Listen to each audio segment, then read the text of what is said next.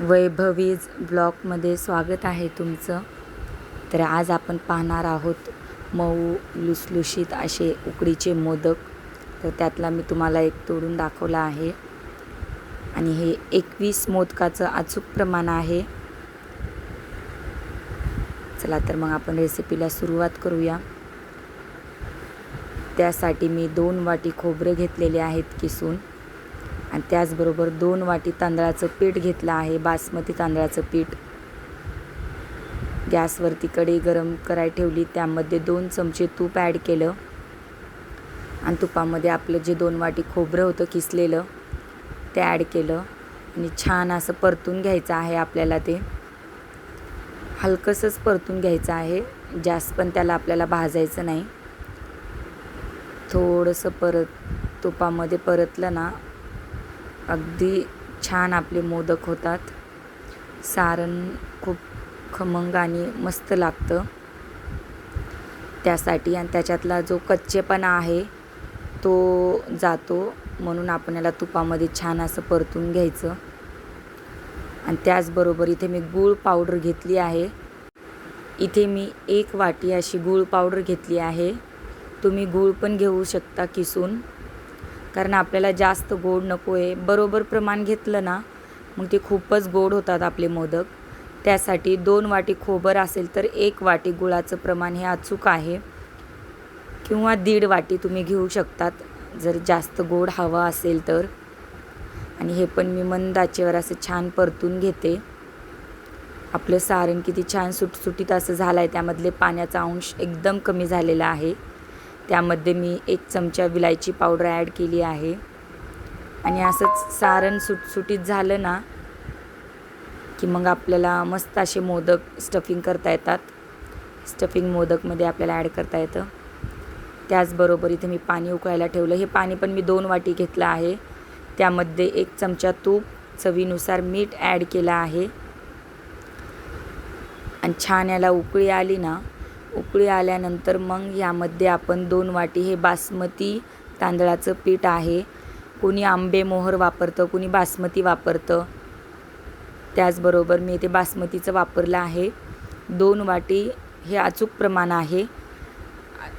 जर तुम्हाला कोरडे पीठ वाटले तर तुम्ही थोडंसं पाण्याचं प्रमाण वाढवू शकतात, कारण तांदळावरती पण ते डिपेंड असतं की आपली उकड कशी होते काय नाही. त्यासाठी पाणी थोडंसं जास्त लागलं तर चालेल, पण जास्तच लागतं. पण ठीक आहे, 2 वाटी तांदळाच्या पिठीला 2 वाटी पाणी मी असं प्रमाण घेतलं आहे अचूक. आणि इथे उकड मी काढून घेतली आहे. आणि शक्यतो ना ही उकड ना आपण असं पसर भांड्यामध्ये, जसं की त्यामध्ये आपण चमच्यानं व्यवस्थित त्याला परतू शकतो, अशा भांड्यामध्येच आपल्याला ही उकड काढायची आहे. त्यानंतर मी इथे थोडंसं असं झाकून ठेवते 5 मिनिट. 5 मिनिट झाकून ठेवल्यास ती उकड छान अशी वाफेवरती आपली वाफवते मस्त अशी. आणि त्यानंतर ताटामध्ये मी हे सारण काढून घेते. आणि गरम जर चटके लागत असले तर आपण याला वाटीने किंवा गिलासाच्या साहाय्याने, पेल्याने त्याला मळून घेऊ शकतो. आणि सारण थंड असेल तर तुम्ही असं हाताने पण याला मळून घेऊ शकतात. मी थंड पाणी हाताला लावून सारण असं मस्त असं मळून घेतलं आहे. थोडं थोडं घेऊ शकतात मळून. अगदी असं मऊ झालं पाहिजे, हाताला चिटकलं नाही पाहिजे, अशा पद्धतीने सारण आपण मळून घ्यायचं आहे. आणि इथे ना असे छोटे छोटे गोळे बनवायचे आहेत, आपल्या लिंबू एवढे आकाराचे. आणि हातावरती छान त्याला परतून त्याचा असा गोळा बनवायचा आणि त्याला दोन्ही अंगठ्याच्या साहाय्याने ना प्रेस करत अशी मस्त अशी पारी बनवायची आहे.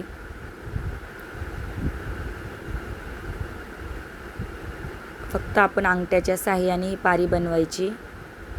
आतमध्ये असं खोल वाटीसारखं शेप होतो त्या पारीचा. तुम्हाला जर हाताने जमत नसेल तर तुम्ही बेलनच्या साहाय्याने लाटून पण बनवू शकतात पारी. थोडासा तूप लावायचं आणि ही पारी बनवायची. आतमध्ये अशी खोलगट झाल्यासारखी थोडीशी जाड आहे, आतमध्ये आणि काठ तिचे पातळ बनवून घ्यायचे. त्यानंतर इथे मी सारण असं भरून घेतलं आहे, स्टफिंग करून घेतलं आहे. यामध्ये प्रमाणानुसार सारण घ्यायचं आपल्या पारीनुसार आणि अलगद हलक्या हाताने ना अशा ना कळ्या पाडून घ्यायच्या. हाताला जर पीठ आपलं चिटकत असेल तर थोडं तुपाचा हात लावू शकतात. पाहू शकतात. मला ना मोदक बनवून ना खूप प्रॅक्टिस झालेली आहे. त्याच्यामुळे ना मला असं फटाफट मोदक बनवायला येतात. त्यामुळे पण कोणाकोणाला जमत नाही प्रॅक्टिस नसल्यास. त्याच्यामुळे ना अशा अलगद हाताने तुम्ही अशा कळ्या पाडून मस्त असा मोदकवरती प्रेस करत जायचं. त्या आपोआप कळ्यांना एकमेकांना जोडून ना मस्त असा आपला मोदक तयार होतो. आणि जर कोणाला हाताच्या साहाय्याने येत नसेल त्यांनी मोदकाचा साचा पण भेटतो आपल्या बाजारामध्ये, तो घेऊन पण तुम्ही मोदक बनवू शकतात. किती सुंदर आपला मोदक झाला आहे पाहू शकतात. अगदी सोपी आहे पद्धत. आपल्याला एकदा एक मोदक आला ना बाकीचे आपण फटाफट बनवू शकतो. आणि ह्या सारणमध्ये ना माझे 21च्या वरतीच मोदक बनतील, कारण सारण खूप आहे. आणि जर आपलं पीठ जर उरलं तर आपण त्याची भाकरी पण बनवू शकतो. आणि बघा इथे त्याचबरोबर मी दुसरा पण मोदक बनवून घेतला आहे, तो पण मी तुम्हाला दाखवतेच. कळ्या जेवढ्या पाडल्या ना तेवढा आपला मोदक ना सुबक आणि छान दिसतो.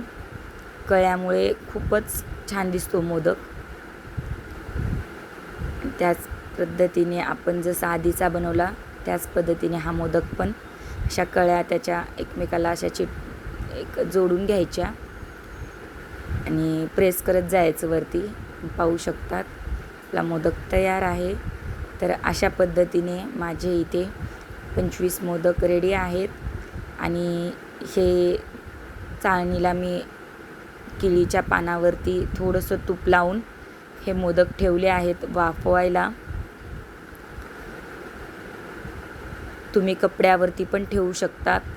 स्वच्छ कपडा ठेवायचा आणि त्यावरती मोदक ठेवायचे, किंवा चाळणीला तुम्ही तूप लावून पण मोदक ठेवू शकतात.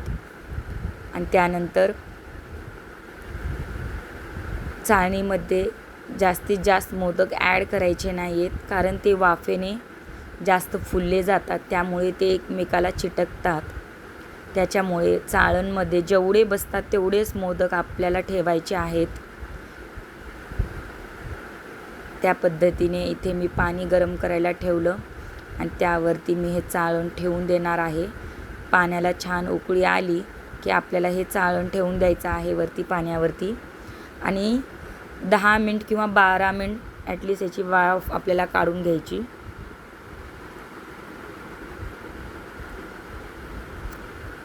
पाहू शकतात किती छान मोदक झालेले आहेत आपले रेडी.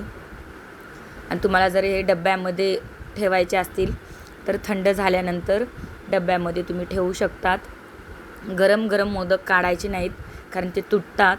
चाळण थोडंसं काढून बाजूला ठेवायचं आणि 5-10 मिनटाच्या नंतर अलगद पाण्याचा हात लावून आपण हे मोदक काढू शकतो. अशा पद्धतीने मोदक आपले रेडी आहेत.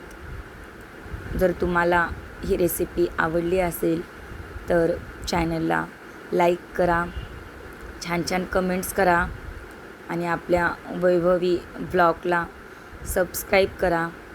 असेच छान रेसिपी पाहण्यासाठी. किती छान आपला मोदक तयार आहे.